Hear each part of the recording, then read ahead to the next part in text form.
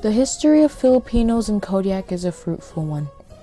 Filipinos have resided permanently in Kodiak for more than 40 years. They make up 30% of our population, and numbers are still continuing to thrive.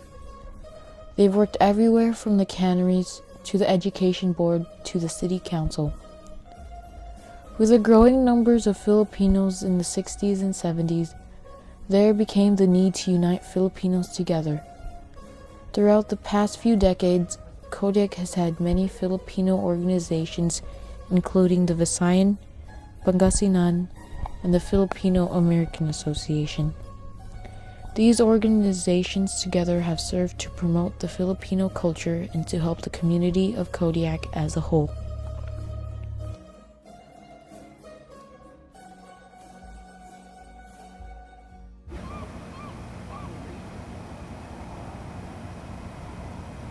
The Visayan Association of Kodiak started in May of 2003 and is one of the more recent Filipino organizations established in Kodiak. Nettie Canetti, Felix Canetti, and others were very instrumental in the forming of this association. This association was established because people wanted to unite Filipinos from the Visayas and the Mindanao regions who spoke the common Visayan dialect.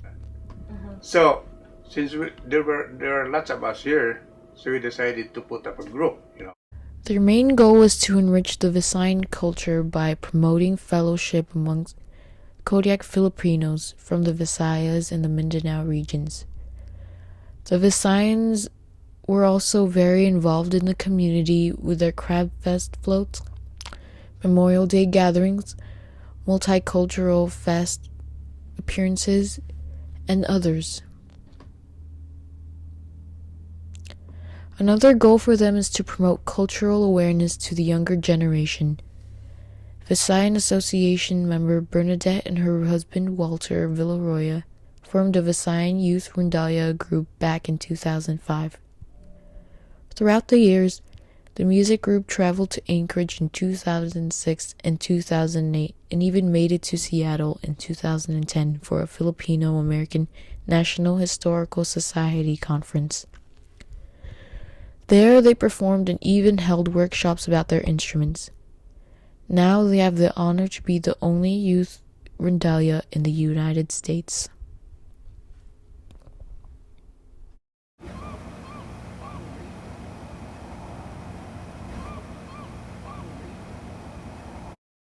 Pangasinan Province Association of Kodiak was established in March of 2003, a little before the Visayan Association.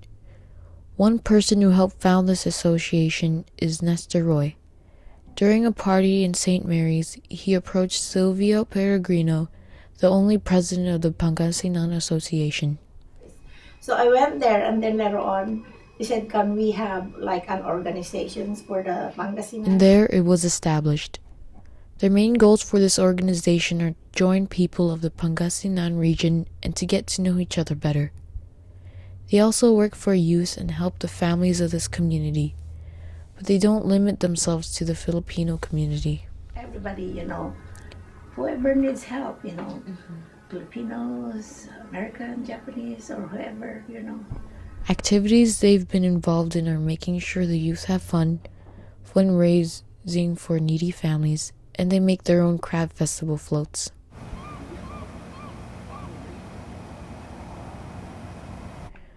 One of the most prominent Filipino organizations is called the Filipino American Association. The earliest account of Philam was in 1975, and from what I learned in interviews, it was founded by Bernie Balao and others. At the time, the Filipino American Association was primarily Coast Guard based. I only remember, if I'm not mistaken, it was just Coast Guard though. We weren't affiliated with town at all. They threw various social gatherings and always made great memories with the members and their families. And so that was a time where we got together, and it was always, there was always a lot of food, and the kids would just play and play and play. So that it was a good time. The aim for Philam at the time was to gain awareness in the Filipino community, as there weren't as much Filipinos in the 70s. After a couple of years, the Filipino American Association became inactive, but during the mid-80s, people of the Filipino community came together once again to reform the organization and also established the Barangay Lions Club in 1989. Lions, so we founded the Barangay Lions. We were the one who founded the Barangay Lions. During this time, there became the transition from Coast Guard to town-based. The Philam got more involved in the community and started participating in Craft Festival, July 4th parades, and Filipino Heritage Week. They also maintained their annual joyful festivities that helped members of the Philam stay so tightly knit. But not everything was pleasant. Philam also experienced troubling times. May 1st, 1993. Carlos Medina, president of the Barangay Lions Club, was found dead. Well, in fact, we have also one, but he died already. He was murdered by the name of Carlos Medina. I don't know why. What happened and stuff like that. What's the future for all the Filipino organizations in Kodiak? Improving, we help a lot of people, We have the same mission and So vision. we're all working together towards one common goal, and that is to pass on what we've learned to generations to come. Learn from